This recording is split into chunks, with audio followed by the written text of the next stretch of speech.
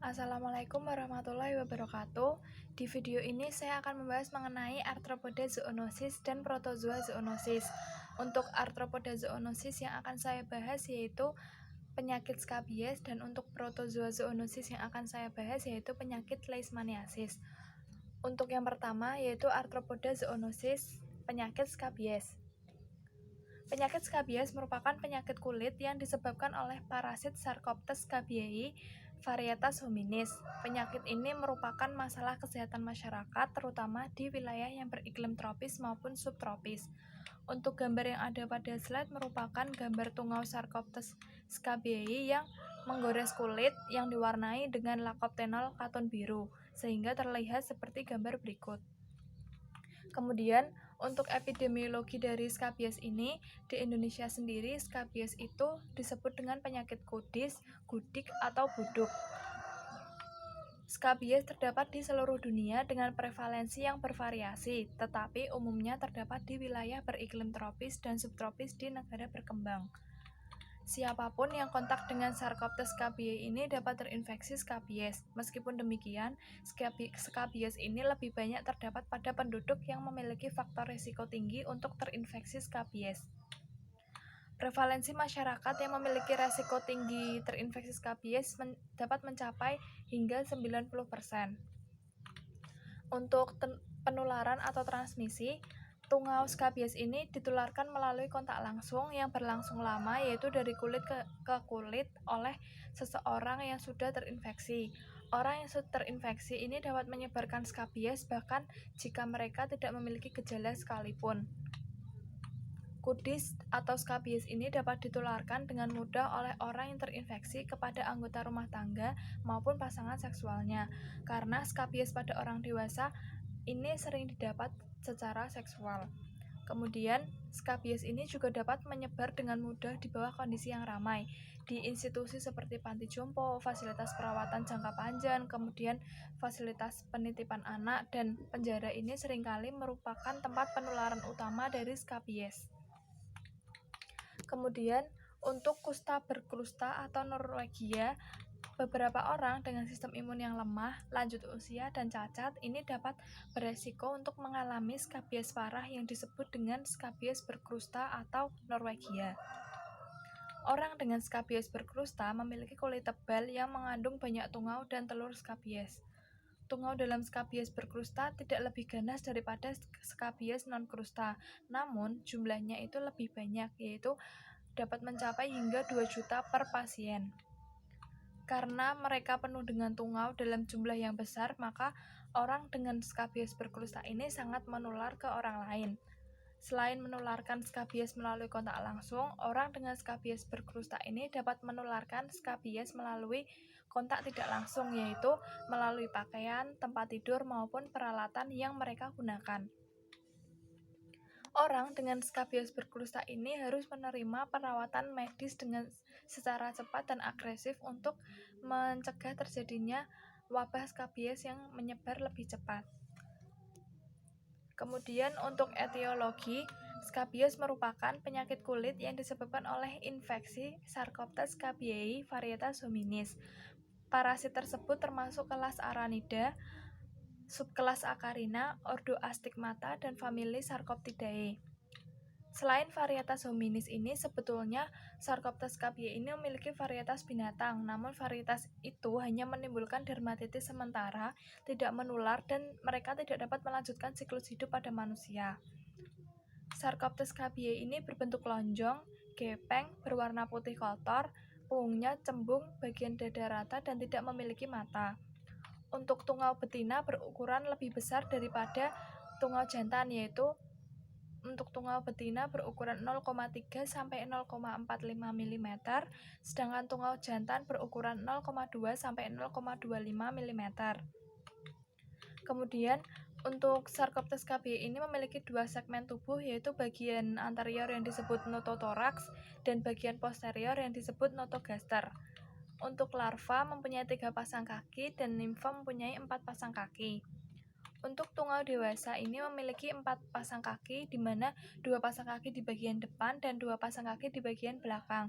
Untuk dua pasang kaki bagian belakang tungau betina ini dilengkapi dengan rambut, dan pada tungau jantan hanya pasangan kaki ketiga saja yang berakhir dengan rambut. Sedangkan pasangan kaki keempatnya ini dilengkapi dengan ambulakral atau perekat. Kemudian untuk alat reproduksi tungau betina ini berbentuk celah di bagian ventral, sedangkan pada tungau jantan berbentuk huruf Y yang terletak di antara pasangan kaki keempat. Kemudian untuk siklus hidup dari Sarcoptes cabiai ini dapat dilihat pada slide. Ini merupakan gambar siklus hidup dari Sarcoptes cabiai, di mana untuk proses yang pertama, Sarcoptes cabiai ini mengalami 4 tahap dalam siklus hidupnya, yaitu telur, larva, nimfa, dan dewasa. Sarcoptes cabiai betina ini menyimpan 2-3 telur per hari saat mereka menggali di bawah kulit. Kemudian telur berbentuk oval dan panjangnya itu sekitar 0,1 hingga 0,15 mm. Kemudian telur menetas dalam 3 hingga 4 hari. Dan setelah telur menetas, telur akan berubah menjadi larva, dan larva ini akan bermigrasi ke permukaan kulit dan menggali ke dalam stratum corneum yang utuh untuk membangun liang pendek yang hampir tak terlihat, yang biasanya itu disebut dengan kantong kulit. Untuk tahap larva yang muncul dari telur, larva ini memiliki 3 pasang kaki. Kemudian larva berlangsung selama tahap larva ini berlangsung selama 3-4 hari. Setelah larva meranggas, kemudian larva berubah menjadi nimfa yang memiliki 4 pasang kaki. Kemudian larva dan nimfa ini mungkin sering ditemukan di kantong dan berganti kulit, atau di folikel rambut dan terlihat mirip dengan tungau dewasa, namun ukurannya itu lebih kecil. Untuk tungau dewasa sendiri itu berbentuk bulat dan tungau tak berbentuk seperti kantung. Untuk tungau betina memiliki panjang 0,3 hingga 0,4 mm dan lebar 0,25 sampai 0,35 mm. Dan untuk tungau jantan itu ukurannya lebih dari setengah dari ukuran tungau betina. Untuk perkawinan terjadi setelah jantan aktif menembus kantong betina dewasa yang meranggas, dan perkawinan ini hanya terjadi 1 kali dan meninggalkan betina subur selama sisa hidupnya. Kemudian betina meninggalkan kantong, berganti kulit, dan berkeliaran di permukaan kulit sampai mereka itu menemukan tempat yang cocok untuk liang permanen. Saat berada di permukaan kulit, tungau akan berpegangan pada kulit menggunakan pulvili seperti pengisap yang melekat pada 2 pasang kaki di bagian depan. Ketika tungau betina yang diresapi ini menemukan lokasi yang cocok, kemudian mereka akan membuat liang serpentin yang khas, kemudian akan bertelur di dalam proses hidupnya. Setelah liang betina yang diresapi ini masuk ke dalam kulit, maka tungau betina akan tetap di sana dan terus memperpanjang liangnya dan bertelur selama sisa hidupnya, yaitu sekitar 1-2 bulan. Kemudian di bawah kondisi yang menguntungkan, sekitar 10% dari telur ini akhirnya akan menetas menjadi tungau dewasa. Kemudian proses dari tungau dewasa ini akan kembali ke proses pertama, yaitu peletakan telur hingga berlanjut ke proses berikutnya.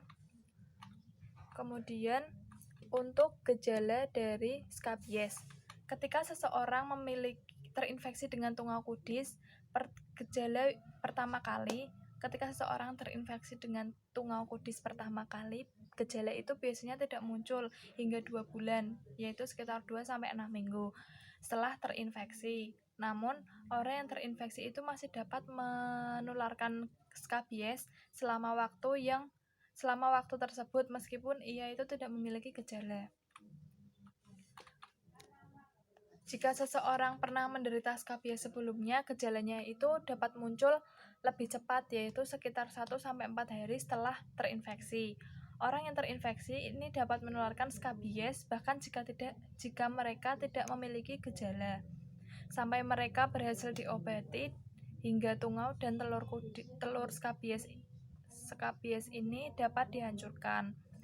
Untuk gejala umumnya meliputi gatal dan ruam kulit seperti jerawat yang mempengaruhi sebagian besar tubuh. Dapat dilihat seperti yang ada pada gambar, itu adalah lesi skabies yang berada di beberapa lokasi tubuh.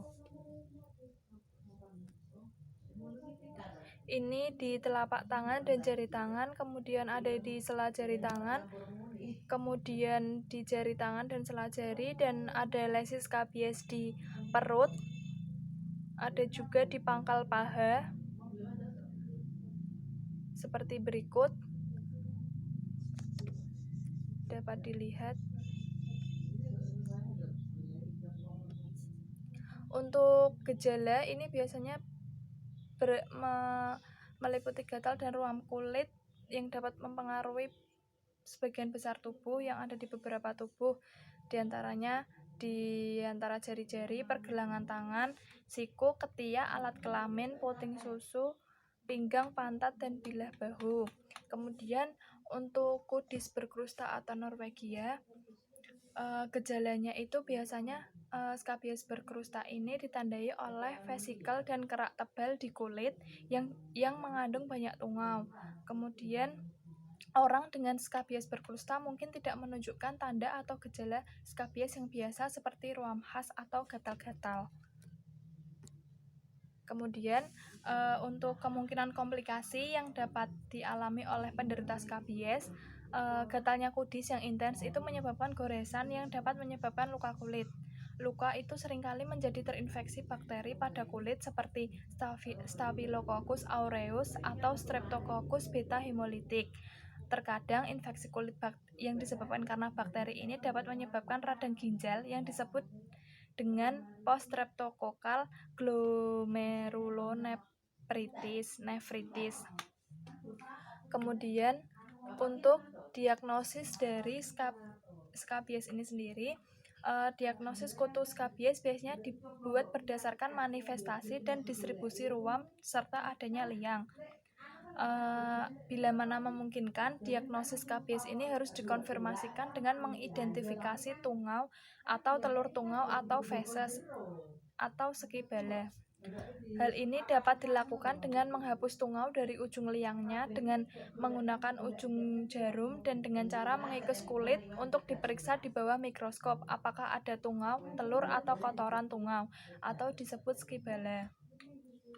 Namun, seseorang ini masih dapat terinfeksi bahkan jika tungau, telur, atau kotoran tidak dapat ditemukan. Kurang dari 10-15 tungau mungkin ada pada orang yang terinfeksi namun dinyatakan sehat. Kemudian untuk pengobatan atau perawatan, penting untuk diingat bahwa pertama kali seseorang menderita skabies itu biasanya mereka tidak memiliki gejala, sehingga selain orang yang terinfeksi, pengobatan juga dianjurkan untuk anggota rumah tangga dan kontak seksual, terutama mereka yang telah lama melakukan kontak langsung dari kulit ke kulit dengan orang yang terinfeksi. Kontak seksual dan pribadi yang dekat yang telah melakukan kontak langsung kulit dengan kulit dari orang yang terinfeksi dalam bulan sebelumnya harus diperiksa dan diobati karena untuk memastikan apakah mereka itu terinfeksi skabies atau tidak. Kemudian semua orang harus dirawat secara bersamaan untuk mencegah adanya infeksi ulang. Untuk cara pengobatannya, biasanya selimut, pakaian, handuk yang digunakan oleh orang yang terinfeksi atau di dalam lingkungan rumah tangga mereka atau kontak dekat itu selama 3 hari sebelum perawatan harus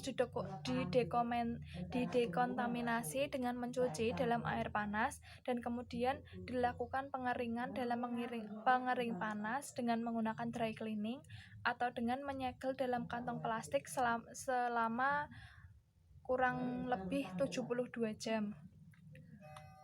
Tungau skabies ini umumnya tidak bertahan lebih dari 2 hingga 3 hari di kulit manusia. Untuk penggunaan semprot insektisida dan fumigan ini tidak dianjurkan dalam pengobatan.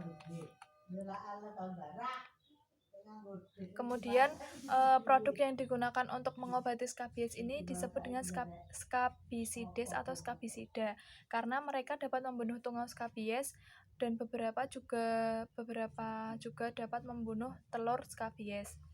Skabisides yang digunakan untuk mengobati skabies pada manusia ini hanya tersedia dengan resep dokter, sehingga tidak ada produk yang bebas resep yang telah diuji dan disetujui untuk mengobati skabies.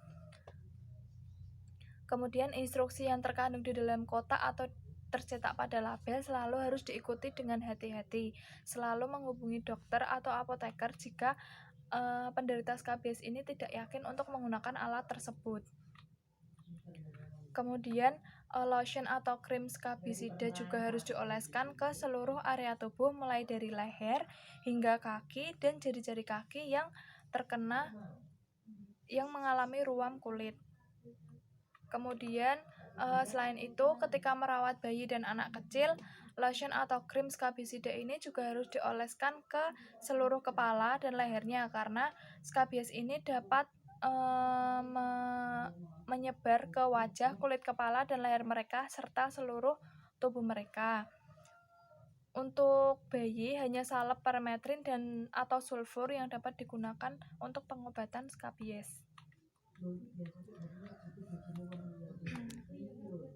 Untuk pencegahannya, kudis itu dapat dicegah dengan menghindari kontak langsung kulit dengan orang yang terinfeksi atau dengan barang-barang seperti pakaian atau tempat tidur yang digunakan oleh orang yang terinfeksi. Untuk perawatan kudis ini biasanya direkomendasikan bagi anggota rumah tangga yang memiliki kontak dekat dengan mereka yang terinfeksi skabies. Semua anggota rumah tangga dan orang-orang yang berpotensi terkena harus diperlakukan pada waktu yang sama dengan orang yang terinfeksi untuk mencegah kemungkinan paparan ulang dan infeksi ulang. Untuk tempat tidur dan pakaian yang dikenakan atau digunakan di sebelah kulit, kapan saja selama 3 hari sebelum perawatan harus dicuci terlebih dahulu dan dikeringkan menggunakan air panas dan dibersihkan secara dry cleaning atau secara kering. Kemudian untuk barang-barang yang tidak dapat dicuci kering atau dicuci dapat didesinfeksi dengan menggunakan kantong plastik. Dapat didesinfeksi dengan menyimpan dalam kantong plastik tertutup selama beberapa hari hingga seminggu. Untuk kamar yang digunakan oleh pasien dengan skabies berkrusta ini harus dibersihkan dan disedot secara menyeluruh setelah digunakan. Disinfeksi lingkungan menggunakan semprotan pestisida atau kabut pada umumnya tidak perlu dan tidak dianjurkan. Kemudian kita lanjut ke protozoa zoonosis, yaitu penyakit leishmaniasis. Leishmaniasis merupakan penyakit parasit yang ditemukan di bagian tropis, subtropis, dan Eropa Selatan. Penyakit ini diklasifikasikan sebagai penyakit tropis yang terabaikan atau NTD. Kemudian, leishmaniasis ini disebabkan oleh infeksi parasit protozoa leishmania yang disebarkan oleh gigitan lalat pasir plebotomin. Kemudian ada beberapa bentuk leishmaniasis yang berbeda pada manusia. Bentuk yang paling umum adalah leishmaniasis kulit yang menyebabkan luka kulit dan leishmaniasis visceral yang mempengaruhi beberapa organ internal. Biasanya itu organ yang diserang adalah limfa, hati, dan sumsum tulang. Untuk gambar yang ada pada slide, rata-rata lalat pasir yang mentransmisikan leishmania ini hanya sekitar 1/4 ukuran nyamuk atau bahkan lebih kecil. Contohnya, untuk gambar yang di sebelah kiri itu lalat pasir, vektor lalat pasir yaitu Plebotomus papatasi dengan tepung darah yang terlihat. Untuk gambar sebelah kanan merupakan leishmania promastigotes dari suatu biakan. Tahap dari promastigot flagelat parasit ditemukan di lalat pasir dan di dalam biakan. Kemudian untuk epidemiologi dari leishmaniasis ditemukan pada orang di beberapa negara daerah tropis, subtropis, dan di 90 negara dan Eropa Selatan. Leishmaniasis ini biasanya lebih umum terjadi di pedesaan daripada di daerah perkotaan, tetapi di beberapa kasus juga ditemukan di beberapa pinggiran kota. Kemudian leishmaniasis ini ditemukan pada orang di setiap benua, kecuali di benua Australia dan Antartika. Di belahan bumi bagian timur, leishmaniasis ini ditemukan di beberapa negara bagian seperti di Asia, Timur Tengah, Afrika, terutama di wilayah tropis dan Afrika Utara, dengan beberapa kasus di tempat lain dan Eropa Selatan. Tidak ditemukan di Australia atau Kepulauan Pasifik. Kemudian untuk di belahan negara bagian barat, leishmaniasis ini ditemukan di beberapa bagian seperti Meksiko, Amerika Tengah, atau Amerika Selatan. Leishmaniasis tidak ditemukan di Chili atau Uruguay. Terkadang leishmaniasis kulit ini telah ditemukan juga di Texas dan Oklahoma. Jumlah kasus baru dapat bervariasi atau berubah seiring waktu dan sulit diperkirakan. Untuk leishmaniasis kulit, perkiraan jumlah kasus baru per tahun berkisar antara sekitar 700.000 hingga 1,2 juta atau lebih. Untuk visceral leishmaniasis, perkiraan jumlah kasus baru per tahun mungkin telah menurun hingga kurang dari 100.000. Namun, perkiraan sebelumnya berkisar hingga 400.000 atau lebih. Kemudian untuk etiologi dari leishmaniasis ini sendiri, leishmaniasis merupakan penyakit yang ditularkan melalui vektor, yaitu lalat pasir dan disebabkan oleh protozoa intraselular obligat dari genus Leishmania. Infeksi pada manusia ini disebabkan oleh lebih dari 20 spesies, termasuk Leishmania donovani dengan 2 spesies, yaitu Leishmania donovani dan Leishmania infantum. Untuk Leishmania mexicana dengan 3 spesies utama, yaitu Leishmania mexicana, Leishmania amazonensis, kemudian Leishmania venezuelensis. Dan untuk Leishmania tropica ada Leishmania major, Leishmania aethiopica, dan subgenus Viania dengan 4 spesies utama, yaitu Leishmania brasiliensis, Leishmania guyanensis, Leishmania panamensis, dan Leishmania peruviana. Untuk spesies tersebut ini berbeda secara morfologis, itu tidak dapat dibedakan, namun mereka dapat dibedakan dengan analisis isoenzim, metode molekuler, atau antibodi monoklonal. Kemudian untuk siklus hidupnya, pada slide berikut merupakan siklus hidup dari leishmania, di mana untuk proses yang pertama, leishmaniasis itu ditularkan melalui gigitan lalat pasir plebotomin wanita yang terinfeksi. Pasir lalat menyuntikkan tahap infektif, misalnya tahap promastigotes dari proboscis mereka selama mereka menghisap darah. Kemudian promastigosis yang mencapai luka tusukan ini akan difagositosis oleh makrofag dan jenis sel fagositik mononuklear lainnya. Promastigotes berubah dalam sel-sel ini menjadi tahap jaringan parasit, yaitu amastigotes, yang kemudian berkembang biak dengan pembelahan sederhana dan terus menginfeksi sel fagositik mononuklear lainnya. Kemudian parasit, hospes, dan faktor-faktor lain mempengaruhi apakah infeksi ini menjadi gejala dan apakah hasil leishmaniasis ini tergolong ke dalam leishmaniasis kulit atau visceral. Kemudian pasir lalat menjadi terinfeksi dengan menelan sel yang terinfeksi selama mereka menghisap darah.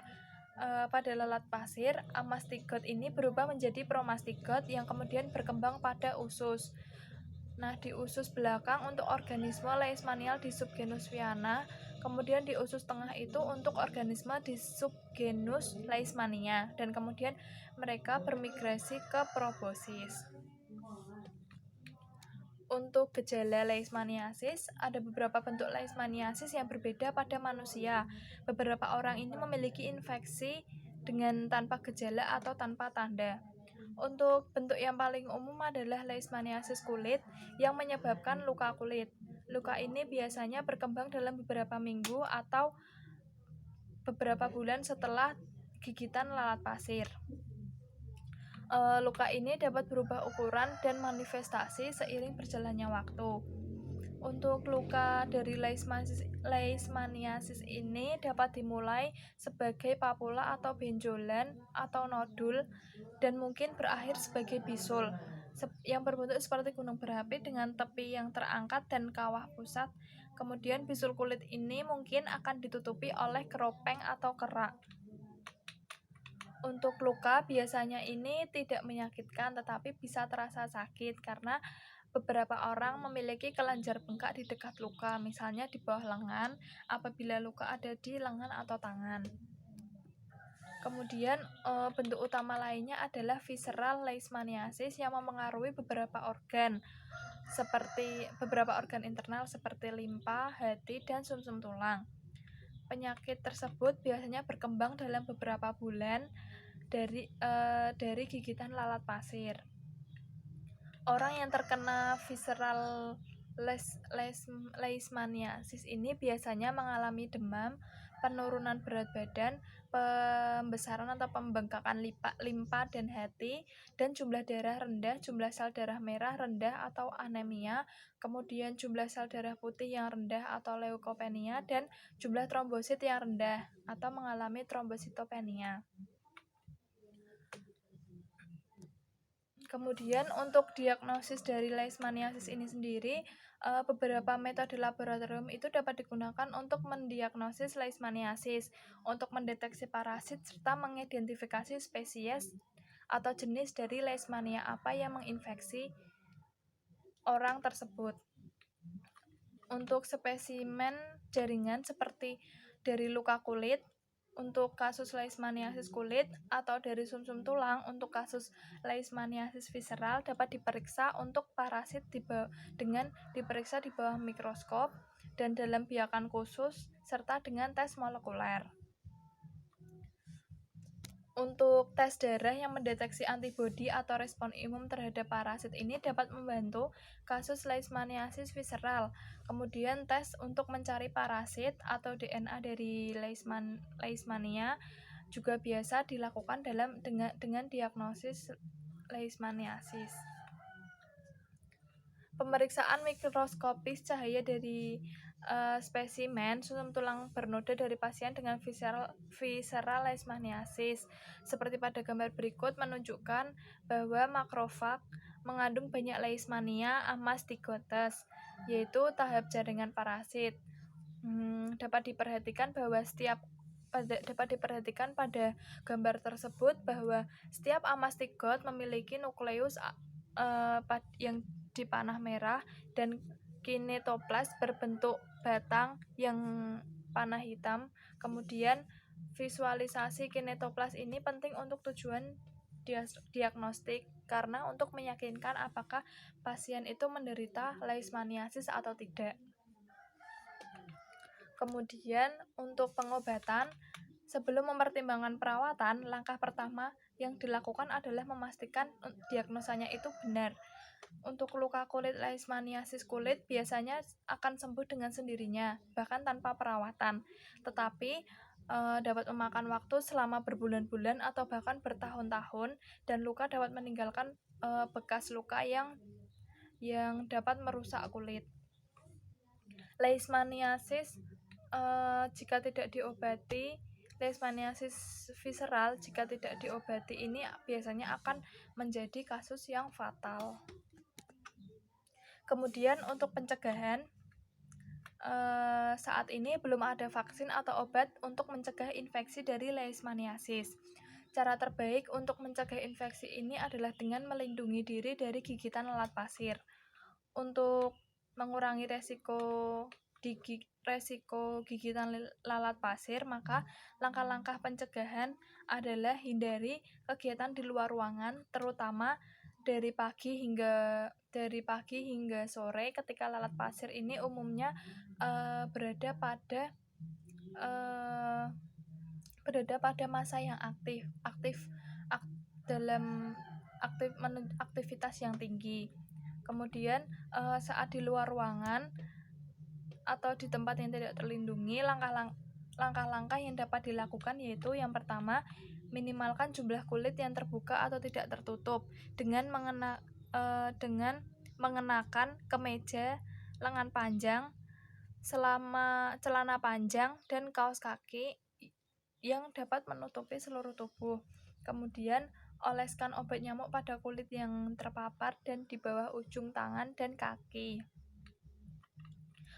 Ikuti instruksi pada label pada label obat nyamuk yang digunakan. Untuk penolak nyamuk yang paling efektif umumnya adalah yang mengandung DET kimia, yaitu N-dietil metatoluamide. Kemudian ketika di dalam ruangan, langkah yang dapat dilakukan yaitu tinggal di tempat yang tersaring dengan baik atau ber-AC. Perlu diingat bahwa lalat pasir ini jauh lebih kecil dari nyamuk dan karenanya dapat melewati lubang yang lebih kecil. Kemudian semprotkan area yang digunakan untuk beraktivitas atau tempat tidur dengan insektisida untuk membunuh serangga. Jika Anda tidak tidur di tempat yang tertutup atau ber-AC, maka penting untuk menggunakan kelambu atau selipkan di bawah kasur untuk mencegah masuknya lalat pasir ke tempat tidur. Jika memungkinkan, dapat menggunakan kelambu yang telah direndam atau disemprot dengan insektisida yang mengandung piretiroid. Perlakuan yang sama itu juga dapat dilakukan pada gorden, spray, dan pakaian, yaitu pakaian, gorden, dan spray itu harus diganti setelah 5 kali pemakaian atau 5 kali pencucian. Sekian presentasi yang dapat saya sampaikan. Semoga informasi yang saya sampaikan ini dapat bermanfaat. Wassalamualaikum warahmatullahi wabarakatuh.